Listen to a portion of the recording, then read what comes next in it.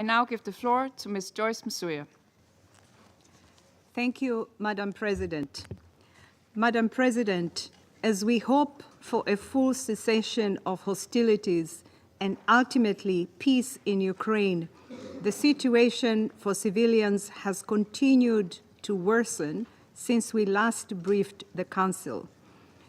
This and the severe global funding cuts for humanitarian operations, including for Ukraine, is further reducing our capacity to provide life-saving aid. Since 1st of March, not a day has passed without an attack harming civilians.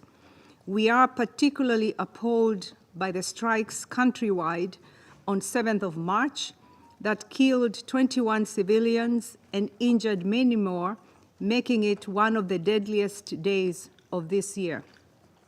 Violence continued last week, claiming the lives of dozens of civilians and injuring hundreds more across northern, central, eastern, and southern Ukraine. The regions of Sumy, Odessa, Dnipro, Donetsk, and Kharkiv were hit especially hard, with widespread damage to homes, shops, warehouses, and vehicles. On 21st of March, a family of 3, a mother, father, and daughter, were killed in a drone attack in Zaporizhia city.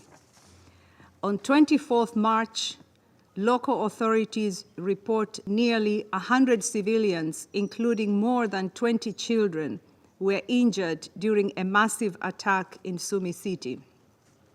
We welcome the announcements of an energy infrastructure ceasefire, as well as negotiations to ensure safe navigation in the Black Sea. However, as the cold weather persists, the impact of past attacks on energy infrastructure continue to affect civilians' access to electricity, gas, heating, and water, threatening the lives and well-being of the most vulnerable, including children, the elderly, and people with disabilities. In frontline communities, civilians are confronted with relentless shelling and face impossible choices: flee under dangerous conditions, leaving behind everything they own, or stay and risk injury, death, and limited access to essential services. The UN Human Rights Monitoring Mission in Ukraine has verified that since 24th February 2022, at least 12,881 Ukrainian civilians, including 681 children, have been killed.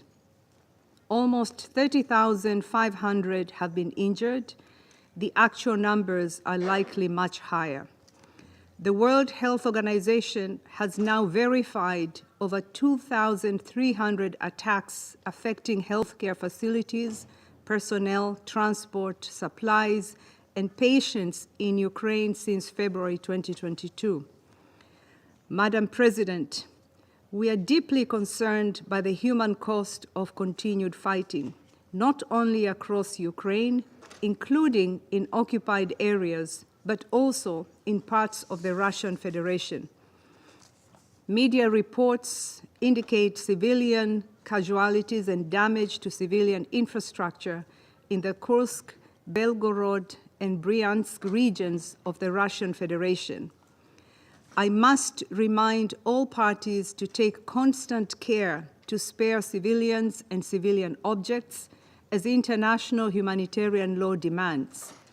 Infrastructure indispensable for civilian survival, wherever they are, must be protected. Indiscriminate attacks are strictly prohibited.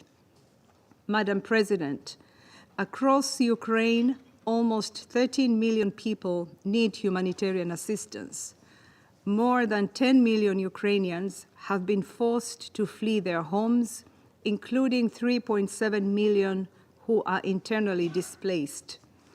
This displacement is disproportionately affecting women and girls, heightening their exposure to gender-based violence and hindering their access to support services. Funding cuts are expected to further impact an estimated 640,000 women and girls in Ukraine, as vital gender-based violence services, psychosocial support, and safe spaces will no longer be continued, according to the UN Population Fund. In many areas, response efforts are led by the government of Ukraine, regional authorities, and Ukrainian first responders. The UN and its humanitarian partners continue to do their best, focusing on frontline communities, people forced to evacuate their homes due to increased violence, those mostly immediately impacted by attacks, and newly displaced people. So far in 2025, we have reached 1.7 million people with water and sanitation services, health care, food assistance, and shelter items. We have also delivered critical supplies to nearly 20,000 war-affected civilians in frontline communities through 14 interagency convoys. Some 660 humanitarian organizations, led by local NGOs, work amidst tremendous insecurity to provide civilians with the services and supplies they need to sustain their lives. Sadly, they have not been spared in this conflict. Already this year, 7 humanitarian workers have been injured in line of duty. Attacks also damaged humanitarian assets and facilities in the Kharkiv, Odessa, Zaporizhia, Mykolaiv, and Sloviansk regions, further hampering the response. Humanitarians, their facilities and assets must be protected and humanitarian relief operations facilitated. We are grateful to the donors who have so far provided 17% of the $2.6 billion needed for the 2025 Ukraine Humanitarian Needs and Response Plan. This has enabled us to address the most immediate impacts of the conflict and provide life-saving assistance. Recent funding cuts have led to a reprioritization of Ukraine response efforts that will be announced in the coming weeks. Continued financial support will be essential to maintain operations. Madam President, we are extremely concerned about the estimated 1.5 million civilians requiring assistance in parts of Donetsk, Kherson, Luhansk, and Zaporizhia regions under occupation by the Russian Federation. We remain unable to reach these people at any adequate scale. As we have said before, international humanitarian law requires all parties to allow and facilitate the swift and unimpeded delivery of humanitarian relief to civilians in need and ensure that humanitarian personnel have the necessary freedom of movement to perform their duties. We welcome further engagement with the parties to allow us to deliver aid safely to those in need wherever they are. Madam President, here is what we need from the international community. 1, insistence on compliance with international humanitarian law to protect civilians and civilian objects, including humanitarians, and ensure unimpeded humanitarian access to people in need. 2, funding to save as many lives as we can and sustain humanitarian operations in this complex and dangerous environment.